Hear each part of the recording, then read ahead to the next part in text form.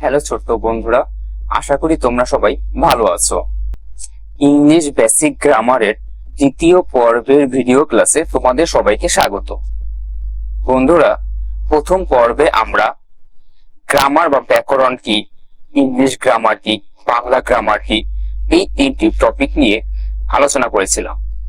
তোমরা যারা সেই ভিডিওটি দেখোনি অবশ্যই সেই ভিডিওটি দেখে নিবে। সেই ভিডিওর লিংক এই ভিডিও ডেসক্রিপশন বক্সে দেওয়া আছে। বন্ধুরা, আজ আমরা ল্যাঙ্গুয়েজ বা ভাষা নিয়ে আলোচনা করব। আমাদের প্রথম প্রশ্ন, ল্যাঙ্গুয়েজ বা ভাষা। মানুষের মনের ভাব প্রকাশ করার মাধ্যমকে ভাষা বলে। তাহলে ভাষা কি? মানুষ যার মাধ্যমে তার মনের ভাব প্রকাশ করে তাই হচ্ছে ভাষা।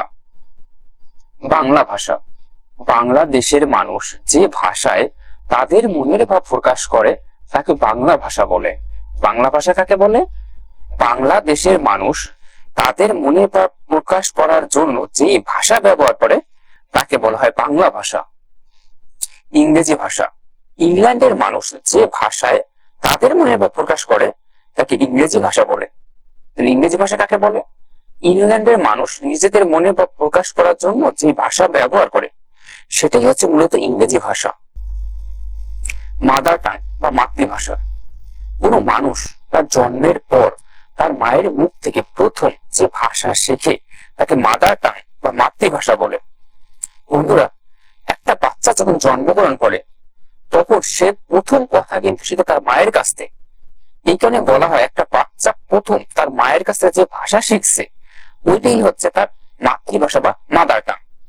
আমাদের মাতৃভাষা কি? আমাদের মাতৃভাষা তো বাংলা, কারণ আমরা মায়ের কাছ থেকে প্রথম এই বাংলা ভাষাই কিন্তু শিখেছি। ইন্টারন্যাশনাল ল্যাঙ্গুয়েজ বা আন্তর্জাতিক ভাষা, ইংরেজি ভাষাকে ইন্টারন্যাশনাল ল্যাঙ্গুয়েজ বা আন্তর্জাতিক ভাষা বলা হয়। অনেকেই প্রশ্ন করতে পারো, ইংরেজি ভাষাকেই বা কেন ইন্টারন্যাশনাল ল্যাঙ্গুয়েজ বা আন্তর্জাতিক ভাষা বলা হয়? আসলে বন্ধুরা, বাংলাদেশ সহ পৃথিবীর অধিকাংশ দেশের মানুষ কিন্তু ইংরেজি ভাষাটা বোঝে, তারা কিন্তু ইংরেজি ভাষা কথা বলতে পারে। সহজ কথা বলতে গেলে পৃথিবীর প্রতিটি দেশে কিন্তু ইংরেজি ভাষা কম বেশি প্রচলিত।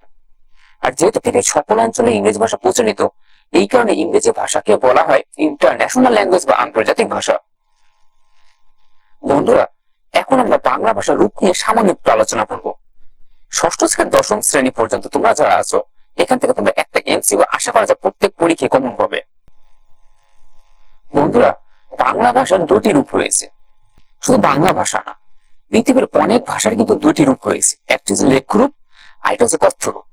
আমরা লেখার সময় ভাষা যে রূপ ব্যবহার করি এটা হচ্ছে মূলত ভাষা লেখ্য রূপ, আর কথা বলার সময় আমরা যে ভাষা রূপটা ব্যবহার করি এটি হচ্ছে কথ্য রূপ। বাংলা ভাষায় কিন্তু লেখ্য রূপ এবং কথ্য রূপ দুটি রয়েছে।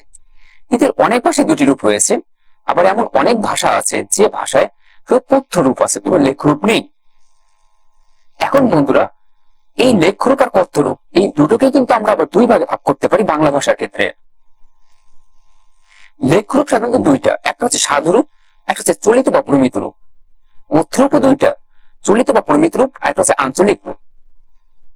বন্ধুরা, প্রথম দিকে আমাদের শরৎচন্দ্র চট্টোপাধ্যায় এর সময়ের কথাটা ধরি, ওই সময় যে সাহিত্য রচনা হয়েছে তখন কিন্তু অধিকাংশ সাহিত্যগুলো মূলত সাধু ভাষায় রচনা করা হয়েছে।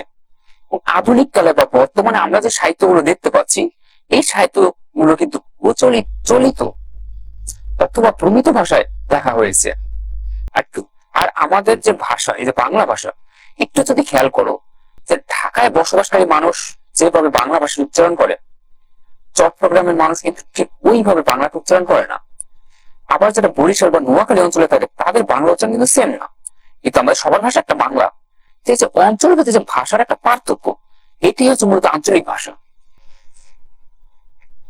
বন্ধুরা, আজকের ক্লাসটি সম্পূর্ণ করার জন্য তোমাদের সবাইকে অসংখ্য ধন্যবাদ। পরবর্তী ক্লাসের ভিডিওটি দেখতে হলে অবশ্যই আমাদের ইউটিউব চ্যানেলটি সাবস্ক্রাইব করে রাখো, আর অবশ্যই একটা লাইক এবং কমেন্ট করে দেবেন। ভিডিওটি দেখার জন্য সবাইকে আবার অসংখ্য ধন্যবাদ।